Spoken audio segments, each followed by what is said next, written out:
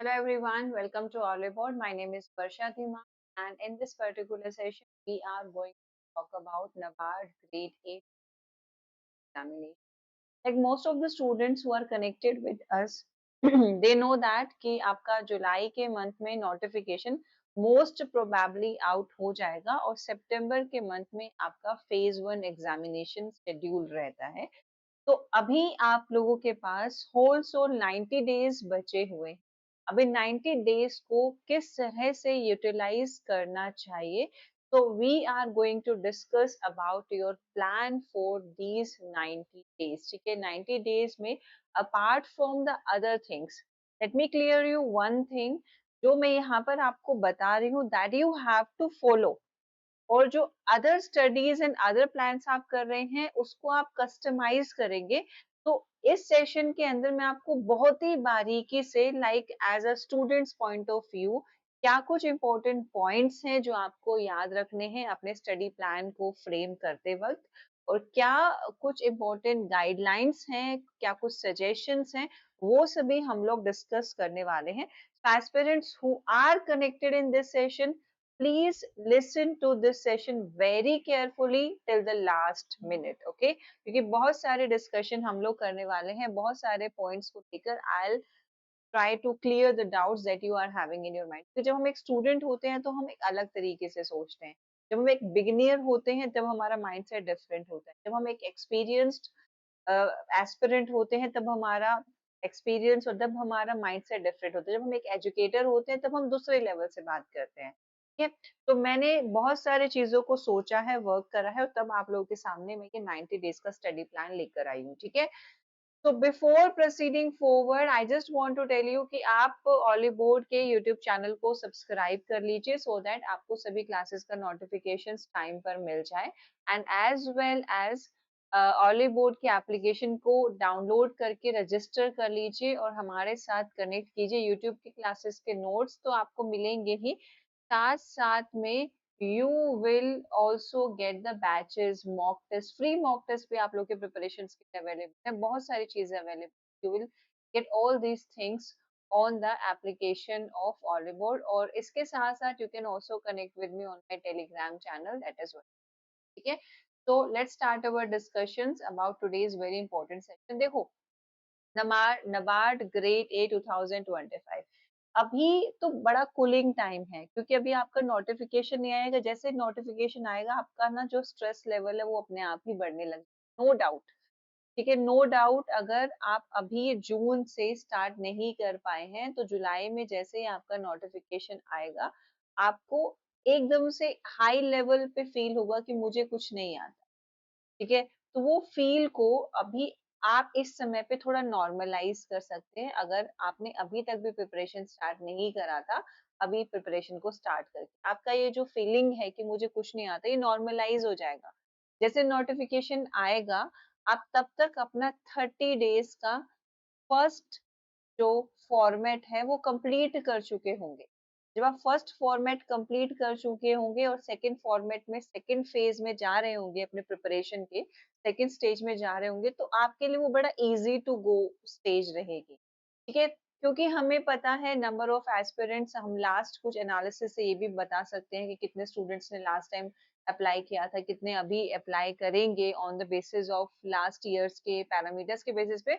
और जैसे आपका एप्लीकेशन फॉर्म आउट होने के बाद आपका सबमिशन एंड फाइनल स्टेज होते हैं तो ये डेटा भी अवेलेबल हो जाता है, कितने स्टूडेंट्स ने अपीयर किया था, कितने स्टूडेंट्स ने अप्लाई किया था, तो we get all the important data. ठीक है, तो नोटिफिकेशन आउट होगा, नोटिफिकेशन आपका जुलाई में आउट होगा, सितंबर में आपका फेज 1 होगा, अक्टूबर में आपका फेज 2 रहेगा, एंड नवंबर दिसंबर के अराउंड आपका इंटरव्यू रहेगा, एंड फैब में आपका रिजल्ट आउट हो जाएगा। ठीक है, and you will get the final, sorry Feb में not in the April, Feb में तो आपका आरबीआई का रिजल्ट आउट होता है, अप्रैल में you will get your results. तो ये जो साइकिल है होल सोल आपके 9 to 10 मंथ्स पूरे साइकिल को कंप्लीट होने में लगते हैं। ठीक है, और ये 9 to 10 मंथ्स बहुत ही ज्यादा क्रूशियल है, और 9 to 10 मंथ आपके जुलाई से स्टार्ट होके अप्रैल पे एंड हो रहे हैं, but what I will suggest कि आप जून से प्रिपरेशन करना स्टार्ट कर दो। Why to waste this time in thinking about कि क्या करें या ना करें। नोटिफिकेशन आउट होती है, देखो ये आपका एनुअली एग्जाम होता है नबार्ड ग्रेड ए का, तो अभी तक का तो ट्रैक रिकॉर्ड है कि आपका टाइमली नोटिफिकेशन आती है और फिर टाइमली आपका एग्जाम कंडक्ट होता है। Due to some X Y Z reasons process में कुछ डिले हो सकता है, ठीक है। वी कैन नॉट अश्योर कि हम बिल्कुल एक मतलब स्ट्रेट लाइन स्टेटमेंट नहीं दे सकते हैं, बट अभी तक तो एनुअली आपका एग्जाम रहता है और ये पूरा स्टेजेस रहता है, ठीक है। तो phase one we all know that preliminary exam रहता है, ऑब्जेक्टिव टाइप क्वेश्चन आते हैं, मल्टीपल सेक्शंस, बेसिकली आपके दो सेक्शंस, एक आपका है क्वालिफाइंग सेक्शंस जिसके कोई फर्दर मार्क्स काउंटेड नहीं है, बट मैंने पिछले 2024, 2023, 2024 के बेसिस पर सेफ स्कोर आपको एक सेशन के थ्रू करा, you can watch that session also, ताकि आपको क्वालिफाइंग सेक्शन में कितना स्कोर करना चाहिए, you will get to know about that, ठीक है, कि कितने मार्क्स के लिए आपको पढ़ना ही चाहिए। और इसी में आपका एक मेरिट सेक्शन होता है, 100 मार्क्स का ही मेरिट सेक्शन है और 100 मार्क्स का ही क्वालिफाइंग। मेरिट सेक्शन में आपका जनरल अवेयरनेस है, ARD है और ESI, और यही दो पोर्शंस फिर आपके फेज टू में भी आ जाते हैं, इंक्लूडिंग आपका डिस्क्रिप्टिव, कि ये आपका एग्जाम पैटर्न रहता है, and after that shortlisted candidates का इंटरव्यू। तो this is all about the phases, ठीक है। ये यहाँ पे सिलेबस आप देख, एग्जाम पैटर्न आप देख सकते हैं, which I already told you so many times in previous session, ठीक है। और यही आपका फेज टू का एग्जाम पैटर्न है जो अभी मैंने आपको बताया है। इंग्लिश का रहेगा 100 मार्क्स का, एंड आपका ESI एंड ARD का 100 मार्क्स का रहेगा ओवरऑल, 50 मार्क्स का सब्जेक्टिव, 50 मार्क्स का ऑब्जेक्टिव, तो हम अज्यूम कर सकते हैं कि 50 मार्क्स का ESI रहेगा और 50 मार्क्स का ही ARD रहता है, ठीक है। नाउ अज्यूमिंग दैट कि आपके फेज वन से पहले आपके पास 3 मंथ्स है, यानी कि जून, जुलाई, अगस्त, ठीक है। देखो होल सोल आप बोलोगे कि मैम 92 डेज है, ऐसा भी रहता है कि some days you feel like you are not, don't want to study, some days you feel like कि आपको मैं 6 to 8 आवर्स के लिए बोल रही हूँ, आप एक आधा घंटा एक्स्ट्रा भी पढ़ लो, तो on an average we can assume कि आपके पास 90 डेज है फेज वन से पहले। इट्स नॉट लाइक कि 1 सितंबर को ही एग्जाम हो जाएगा, सितंबर मिड में, फर्स्ट वीक, सेकेंड वीक में आपका एग्जाम हो सकता है, बट कुछ डेज आपके मंथ में ऐसे भी रहते हैं, आपके इस ड्यूरेशन में ऐसे भी रहेंगे कि जिस वक्त पे आपकी स्टडी स्किप हो सकती है due to some XYZ reasons. तो हम एक रफ फिगर ले रहे हैं कि आपके पास 90 डेज है एग्जाम से पहले।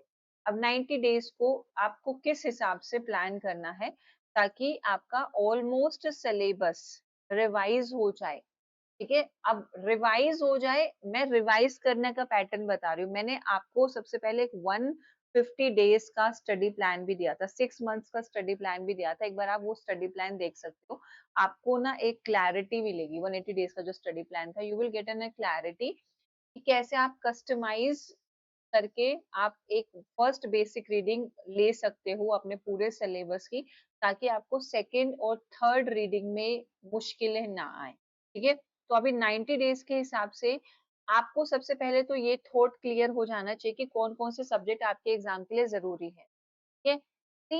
ये वो टाइम है, अगर आप मल्टी सब्जेक्ट्स और मल्टीपल एग्जाम्स को एक साथ टारगेट कर सकते हो, यानी कि आप एक दिन में एक एग्जाम को 6 आवर्स डिवोट करके फिर नेक्स्ट जो 6 आवर्स है या फिर 4 आवर्स है किसी और स्पेसिफिक काम को दे सकते हो, तो you can go for that. लेकिन अगर आप वर्किंग हैं और आपको पता है दो जो एग्जाम्स आप टारगेट करने वाले हैं वो एक पॉइंट पे आके बिल्कुल डिफरेंट स्टेजेस पे जाने वाले हैं, तो it's a time you have to focus on one at a time, one at a time. अभी आपको थोड़ा अपनी अप्रोचेस के अंदर कुछ चीजों में चेंजेस लाना पड़ेगा, ठीक है। तो what you have to do in this 90 days, 90 days में जब आप 90 डेज के बाद अपने आप को एनालाइज करो, अब रेगुलरली एनालाइज करना है, जैसे कि हम जर्नल लिखते हैं जिसमें हम लिखते हैं कि आज अपने दिन में क्या किया, वैसे ही आपको रेगुलर बेसिस पे अपना प्लानर, ठीक है, उसको भी फुल करना है कि आज मैंने पूरे दिन में इतने घंटे स्टडीज को दी और मैंने इतना पोर्शन कवर किया, रेगुलर बेसिस का। देखो मेरा भी planner always on my table, ठीक है, ऑलवेज ऑन माई टेबल कि आज मुझे क्या क्लासेस लेनी है, क्या पढ़ाना है, क्या पढ़ना है, ठीक है। आपका मंथली कंपाइलेशन लेना है नेक्स्ट मंथ का, नेक्स्ट लास्ट मंथ का वो मैं कब ले सकती हूँ, I am maintaining a notebook all the time, ठीक है। मतलब खाना खाना आप एक बार के लिए 5 मिनट डिले कर दो, but when you are studying, आप स्टडी करने के बाद अपने प्लानर में जरूर मेंशन करो कि आपका कितना हुआ और कितना पेंडिंग है और कैसे आपको फर्दर परस्यू करना चाहिए, ठीक है।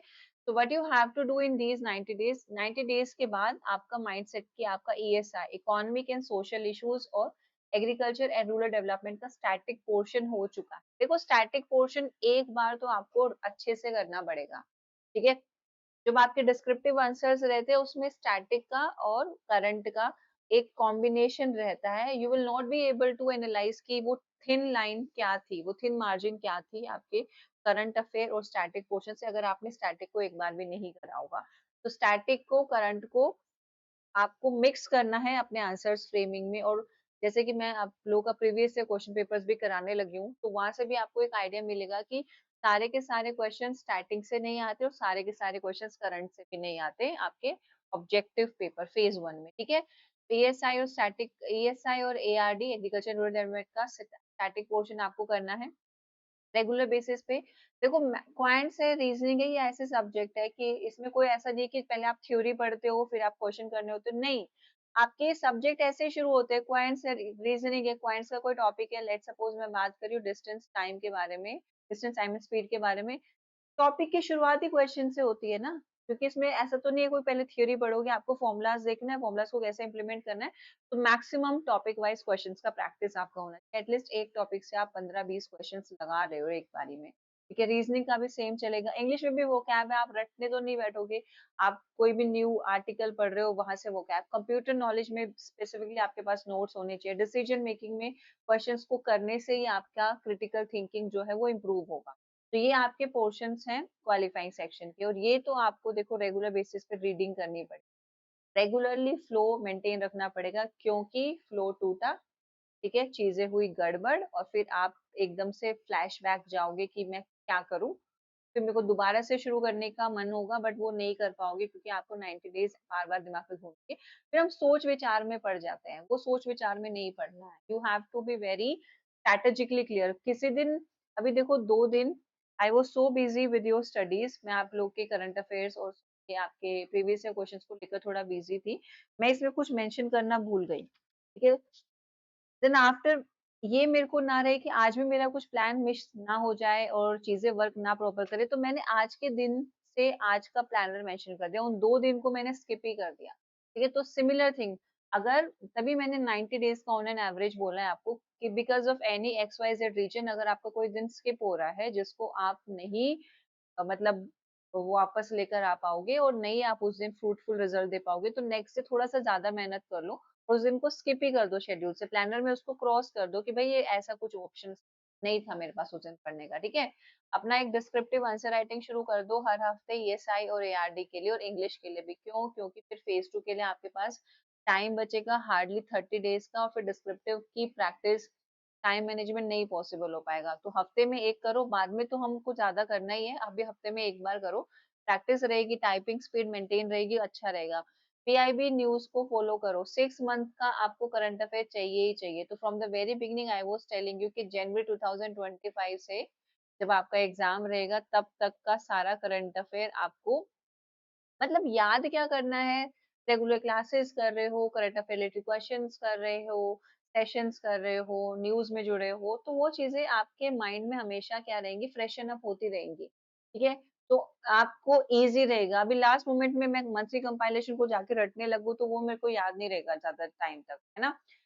नाबार्ड की वेबसाइट पे कोई अपडेट तो नहीं आ रहा है, उसको भी फॉलो अप लेना है, गवर्नमेंट स्कीम्स रिपोर्टेड न्यूज भी चेक करते रहना है, बजट हम किए हैं, इकोनॉमिक सर्वे को भी थॉरली कितना बजट एलोकेशन रहा, कौन सा सेक्टर बूस्ट कर रहा है, कौन से सेक्टर में फर्दर इंप्रूवमेंट की जरूरत है, सब कुछ हमको कवर करना है। Monthly magazines general current affairs के लिए जो फेज 1 में है, और वही आपका फेज 2 में देखो इंग्लिश के जो भी ऐसे रहते हैं, प्रेसेज रहते हैं, रिपोर्ट्स रहते हैं, वो करंट टॉपिक के साथ ही रहते हैं कि कौन सा करंट टॉपिक कब न्यूज में चल रहा है ना।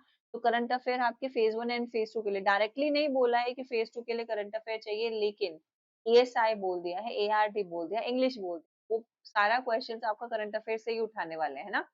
सेक्शनल टेस्ट रहेगा, क्वांट्स के लिए आपको करने का है, रीजनिंग के लिए, कंप्यूटर नॉलेज के लिए, डिसीजन मेकिंग एंड इंग्लिश के लिए आपको ये भी इन 90 डेज में जब आप टॉपिक वाइज टेस्ट कर लोगे, फर्स्ट फेज में अभी बताऊंगी मैं कैसे मैंने बाइफरकेट किया है चीजों को, उसके बाद हम सेक्शनल टेस्ट की तरफ जाएंगे, ठीक है। फुल लेंथ मॉक टेस्ट करना है और फिर आपको डिस्क्रिप्टिव जो आप प्रैक्टिस कर रहे हो उसको इवेलुएट भी कराना है timely. Obviously I will evaluate you, if you will share me the questions on a regular time basis, I'll evaluate for you and I'll tell you क्या क्या आपको इम्प्रूवमेंट करने की जरूरत है, कहाँ पे आपका कमी रह रहा है, ठीक है। तो मैंने पूरे 90 डेज को 30 डेज के ना 3 पार्ट्स में डिवाइड कर दिया, 3 फेजेस में डिवाइड कर दिया। जैसे कि हम कोई गेम खेलते हैं तो पहला होता है आपका इजी फेज, फिर होता है आपका मॉडरेट लेवल, फिर होता है आपका हार्ड लेवल, है ना। तो पहले स्टेज में और हर एक दिन में मैंने 4 to 6 आवर्स का स्टडी एज्यूम करा है, 4 to 6 आवर्स अदर दिन बैचेस में अगर एनरोल हो, अगर आपका, अगर सुनो मेरी बात, अगर आपका आपने शुरू किया हुआ है एआरडी या फिर ईएसआई पोर्शन वो रहता है, उसका टाइम आपको देना ही है। ये 4 to 6 आवर 90 डेज का शेड्यूल जो मैं आपको बताने वाली हूँ उसके लिए फॉलो करना है, ठीक है। जैसे कि जब हमारे बोर्ड के एग्जाम होते थे, हमें स्कूल में भी जाना होता था, स्कूल में भी रिवीजन क्लासेस चलती थी, फिर घर आके भी हम अपना 6 डेज का एक शेड्यूल बनाते थे जिसमें हम रिवीजन करते थे।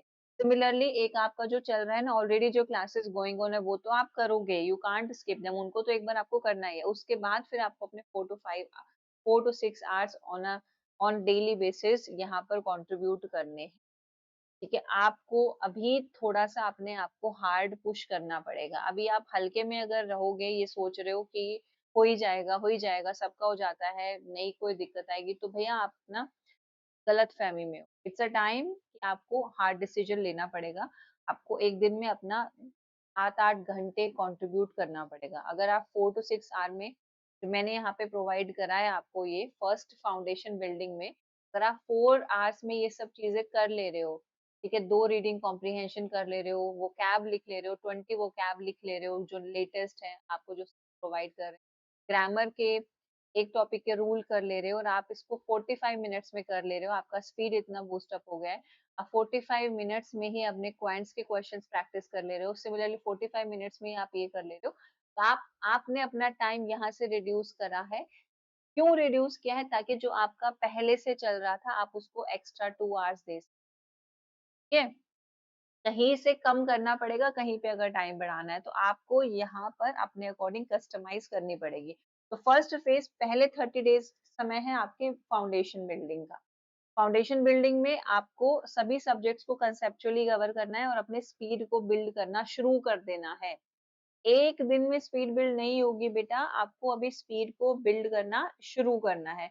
1 आवर इंग्लिश इंग्लिश सब्जेक्ट को देके, सब्जेक्ट में सारा सिलेबस मैं आपको यूट्यूब पे एक सेशन में बता चुकी हूँ कि क्वालिफाइंग सेक्शन का क्या सिलेबस है और मेरिट सेक्शन का क्या सिलेबस है, पूरा डिस्कशन हुआ है, तो वो आप सेशन देख सकते हो अपने ये क्लैरिटी के लिए। तो 1 आवर आप इंग्लिश को दोगे जिसमें आप रीडिंग कॉम्प्रिहेंशन ग्रामर वो कैप सब करोगे, 1 आवर क्वांट एप्टीट्यूड को, क्वांटिटेटिव एप्टीट्यूड को, 1 आवर आप दोगे रीजनिंग को, 1 आवर ईएसआई के बेसिक को एंड 1 आवर एआरडी के बेसिक को, यहाँ पे स्टैटिक पोर्शन पे काम करो। अभी आपको 30 दिन, ठीक है। वैसे मैंने जो पूरा सिलेबस कराया है एआरडी का वो कुछ 55 क्लासेस में कराया है आपको, स्टैटिक एआरडी का सिलेबस। अब मैं आपको 30 डेज में कवर करने के लिए बोल रही हूँ, तो 1 आवर तो इस डेली रूटीन के हिसाब से आपको देना है। अगर आप एक बार वो वीडियो लेक्चर देख देख चुके हो बैचेस की क्लासेस में, आपको सिर्फ अभी पीडीएफ नोट से रिवाइज करना है, तो एक दिन में पॉसिबिलिटी है कि आप 2 क्लासेस के पीडीएफ कर सकते हो। हार्डली एक क्लास के पीडीएफ आपके 35-40 पेजेस के रहते हैं, तो 80 पेजेस के पीडीएफ को आप 1 आवर में या 1.5 आवर में रिवाइज कर सकते हो अगर आपने मेरे वीडियो लेक्चर्स देखे, क्योंकि मैंने वीडियो लेक्चर्स में बहुत सिंप्लीफाई करके भी चीजों को बता दिया है, ठीक है। कुछ एग्जाम्पल जहाँ पे नीडेड थे वो एग्जाम्पल भी बता दिए, तो अब तो आपको रिवीजन करनी है। अब तो आपको रिवीजन करनी, जब आप रिवीजन करते हो तो आपके फर्स्ट रीडिंग से कम समय आपको लगता है। 30 मिनट्स करंट अफेयर को देना है। करंट अफेयर अगर आपको लगता है कि अभी जून चल रहा है, let me tell you one thing, अभी जून चल रहा है, देखो मैं एक स्टूडेंट के माइंडसेट के हिसाब से बता रही हूँ आपको, और आपने अभी तक जनवरी 2025 का भी करंट अफेयर नहीं कर बेटा, अभी मैं आपका कंपाइलेशन लेकर आने वाली हूँ जून का, इसी नेक्स्ट वीक के फर्स्ट या सेकंड वीक हो जाएगा। जनवरी के जो फर्स्ट वीक का है उसको भी साथ में उठा लो, उसका पीडीएफ आप लोगों के पास अवेलेबल होगा, वो पढ़ लो साथ में। वीडियो देख लो, आधे पौने घंटे की यूट्यूब पे वीडियो है मेरी देखो। और मैं आपको हमेशा एक बात बोलती हूँ, सोर्सेस को ना बार-बार चेंज मत करो। तो जैसे कि हमारे घर में फॉर एग्जांपल हम जब घर बनाते हैं, कंस्ट्रक्शन करते हैं, अपने घर को रेनोवेट करते हैं, तो हम एक बार जो पूरा कॉन्ट्रैक्ट ले लेते हैं किसी भी बिल्डर का कि ये बिल्डिंग का ये मेरा डिजाइन है और ये उसको कॉन्ट्रैक्ट दे देते हैं, तो उसको समझा देते हैं कि ये मैप है, इसी हिसाब से डिजाइन होना चाहिए। तो हम बार बार चेंज नहीं करते हैं अपने जो भी कंस्ट्रक्शन में हमारे इंजीनियर्स लगेंगे, डिजाइन जो पूरा बना रहे हैं, लेबर्स जो लगा रहे हैं, हम उनको पूरा बता देते हैं। सिमिलरली एक बार आपने एक चैनल को फॉलो करना शुरू कर दिया है, दूसरे चैनल पे आप विजिट कर रहे हो, आपको चीजें थोड़ा सा डिफरेंट लग रही है, पहले से आपको लग रहा है कि कंफर्टेबल हो तो वही फॉलो करो, दूसरे से कंफर्टेबल लग रहा है तो वही फॉलो करो। प्लीज इस मोमेंट पे आप ज्यादा ये मत करो अपने साथ, ठीक है, छेड़खानी मत करो। तो फर्स्ट में टारगेट क्या रहेगा, जब आपका एक महीना कंप्लीट होगा, फर्स्ट मंथ कंप्लीट हो जाएगा, 30 डेज कंप्लीट हो जाएंगे, तो आपका ईएसआई और एआरडी का सारा स्टैटिक एक बार के लिए पूरा हो जाना चाहिए, सारे नोट्स रिवाइज हो जाने चाहिए। बेसिक जो है रीजनिंग और क्वांट्स के वो कंप्लीट होने चाहिए। साथ साथ में आपने मंथली, वीकली करंट अफेयर, फिर मंथली करंट अफेयर फॉलो किया है, तो अब आप पीआईबी योजना, गवर्नमेंट स्कीम्स के साथ अलाइन हो गए हो, मतलब आप अब पीछे नहीं रहे हो। आपको लगेगा एक महीने के बाद, yes, I am in the race. पहले आपको लग रहा था, आप बाहर खड़े होके देख रहे थे कि रेस स्टार्ट होने वाली है, क्या करूं। अब आपको 30 डेज के बाद लगेगा, yes I am in the race, मैं काफी हद तक बहुत सारी चीजों को बैलेंस कर चुका हूँ, है ना। फिर आपका फेज 2 स्टार्ट रहेगा। फेज 1 में आपने क्या किया, स्टैटिक करा है, अब आपको प्रैक्टिस और इंटीग्रेशन, ठीक है, अब आपको मॉक टेस्ट लगाने शुरू कर देने हैं। कभी भी देखो, कब हम जब स्टूडेंट्स होते हैं ना, हमारे दिमाग में क्या रहता है, क्वेश्चंस करते हैं पहले और फिर क्वेश्चंस के बाद सिलेबस करेंगे, वो अप्रोच से ना हम बहुत मार खा जाते हैं। क्योंकि हम क्वेश्चन के हिसाब से फिर चैट जीपीटी की हेल्प लेते हैं, फिर अपने गूगल क्रोम की हेल्प लेते हैं, फिर उन आंसर्स फ्रेम करने लग जाते हैं, वो हमारा ज्यादा टाइम कंज्यूम। एक बार के लिए आपको बेसिक रीडिंग जरूरी है, तभी आप नेक्स्ट पे जंप करो। अब आप मॉक टेस्ट लगाओ, क्वांट्स रीजनिंग की, आपके मार्क्स कम आएंगे, आई नो दैट, आप 50% नहीं मार्क्स ला पाओगे। और ईएसआई और एआरडी में भी आपको बहुत होपलेसनेस फील होगी स्टार्टिंग में। आपका जो स्कोर है 40 में से आप 18 मार्क्स ला पा रहे हो या फिर 18 से भी कम मार्क्स ला पा रहे हो, लेकिन आप उन क्वेश्चंस को एनालाइज करो। जैसे आप क्वेश्चंस अटेम्प्ट करोगे उसके बाद उनको एनालाइज करो, देखो आपकी मिस्टेक कहाँ रही है। पूछो, हमसे पूछो, रेगुलर क्लासेस ले रहे हैं, से पूछो, मॉक टेस्ट लगाओ। अब आप और साथ में डिस्क्रिप्टिव की प्रैक्टिस भी स्टार्ट कर दो। जितनी भी रिपोर्ट्स हैं, स्कीम्स हैं, नोट्स आपको प्रोवाइडेड है, नोट्स के साथ साथ जिन टॉपिक से ऑब्जेक्टिव क्वेश्चंस आने के चांसेस रहते हैं, उनके शॉर्ट नोट्स बना लो, ठीक है। मैं बहुत सारे टॉपिक्स आपको इस माइंडसेट के साथ कवर कराती हूँ कि डिस्क्रिप्टिव के लिए भी जरूरी है, तो इसलिए मैं उनको ज्यादा शॉर्ट में नहीं लेकर जाती, ठीक है। लेकिन आपको मॉक टेस्ट के बेसिस पर और रेगुलर क्लासेस में मैं बताते रहती हूँ, मार्क करते रहती हूँ कि ये टॉपिक को ऐसे भी करने का चाहिए, जरूरी है।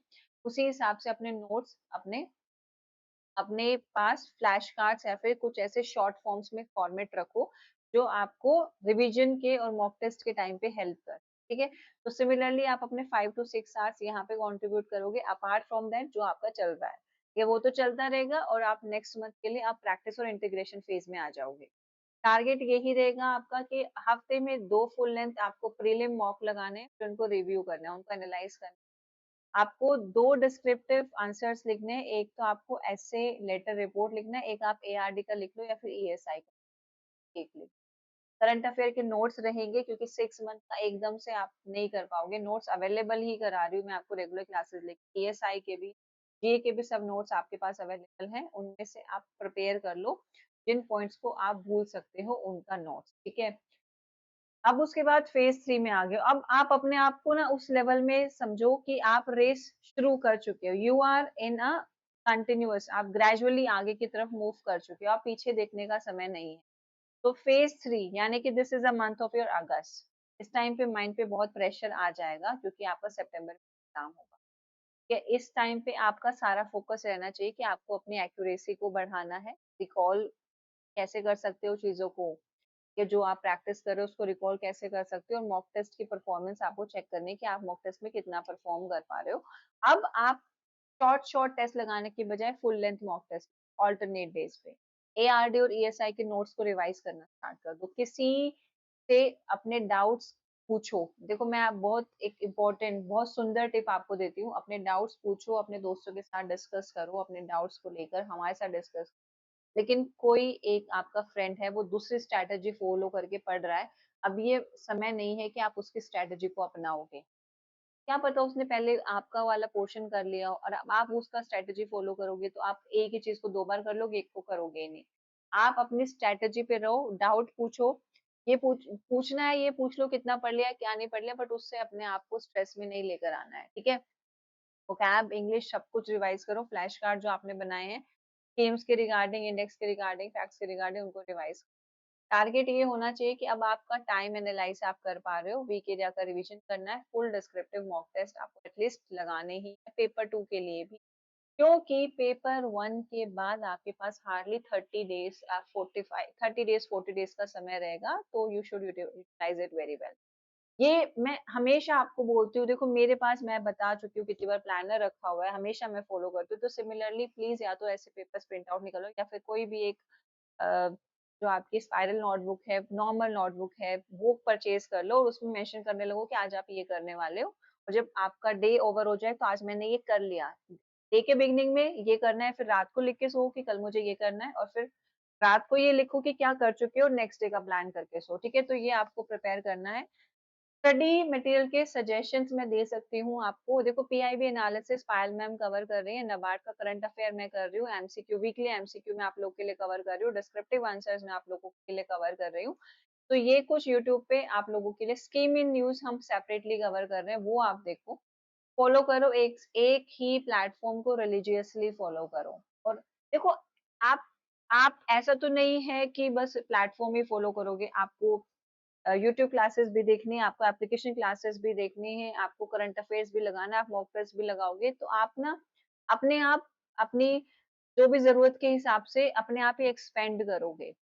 ठीक है, आप पहले एक्सपेंड करके सारा मटेरियल कलेक्ट करके आ जाओ और फिर आप नहीं समझ पाओ कि अब मैं क्या चूज करूँ क्या ना करूँ, वो ज्यादा दिक्कत में सिचुएशन हो जाती है।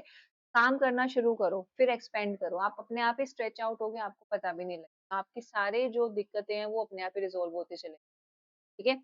तो स्टार्ट फॉलोइंग दिस, और ये एक बैच है भाई आप लोग के फेज 1 एंड फेज 2 के लिए, हॉलीवुड के प्लेटफॉर्म पे अवेलेबल है, मेरी क्लासेस हैं, सभी क्लासेस हैं यहाँ पर आपके फेज 1 एंड सारी, बैच में एनरोल कर लो, बड़ी ज्यादा आपको हेल्प मिलने वाली है। देखो एआरडी के लिए आई कैन अश्योर यू बहुत ज्यादा मेहनत से आपको सारी क्लासेस प्रोवाइड करी। सिमिलरली ईएसआई में भी पूरी मेहनत हुई है, इंग्लिश रीजनिंग पॉइंट, तो this batch will definitely help you. इसी के साथ साथ आपके पास लर्न पैक भी है जिसमें नोट्स है, मॉक्स है, करंट, ठीक है? तो you can take the help of this learn pack also, जिससे आप अपना रिवीजन कर सकते हैं। मॉक टेस्ट होना आपके पास बहुत ज्यादा जरूरी, ठीक है? तो YouTube is also important, batch is also important, books अगर आपके पास है तो बुक्स भी लो, और ये सभी सोर्सेस तभी वर्क करेंगे भाई जब आप बैठ के पढ़ाई करोगे, आपको पढ़ाई खुद करनी है, कोई भी आपके लिए पढ़ाई करनी है। At the and I am ending with this sentence, देखो जो भी प्लान आपको फॉलो करना है वो आपको फॉलो करना है। I can help you in making your plans, I can help you in guiding you, I can help you, अगर आप स्ट्रेस हो आप मुझसे डाउट पूछो, I will help you there. अब मुझे टेलीग्राम पे कनेक्ट करके अपना प्रॉब्लम बताओ कि कहाँ पे लैग कर रहा है, क्या दिक्कतें आ रही है, मैं कोशिश करूंगी कि ऑलमोस्ट प्रॉब्लम्स आपकी सुनूं समझूं और सॉल्व करूं, लेकिन पढ़ाई आपको खुद करनी। तो 90 डेज के बाद अगर आप ये फॉलो करते हैं तो आप पाएंगे कि ये चीजें आप कवर, ठीक है? तो this is the end of today session, बहुत सारी चीजें मैंने आपको बताई, बहुत सारी बातें करी, अगर आपको अच्छी लगे तो इस सेशन को ज्यादा से ज्यादा आप लोग शेयर करें। Okay, bye bye and all the very best, take care.